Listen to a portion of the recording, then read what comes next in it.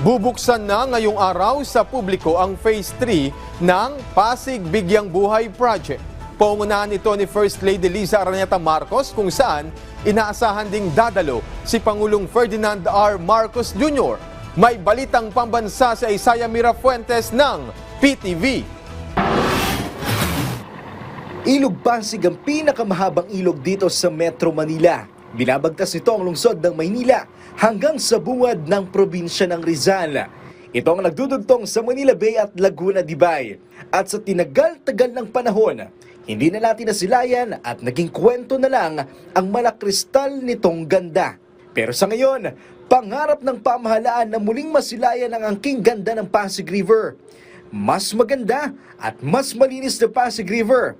Abot kamay na sa ilalim ng administrasyon ni Pangulong Ferdinand R. Marcos Jr.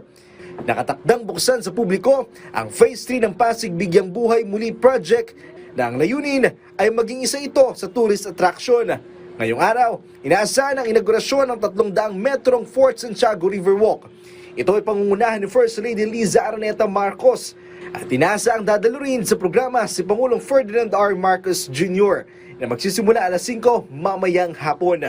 Ang Fort Santiago Metro Walk ay magsisilbing daan sa pagitan ng Fort Santiago at Pasig River Esplanade.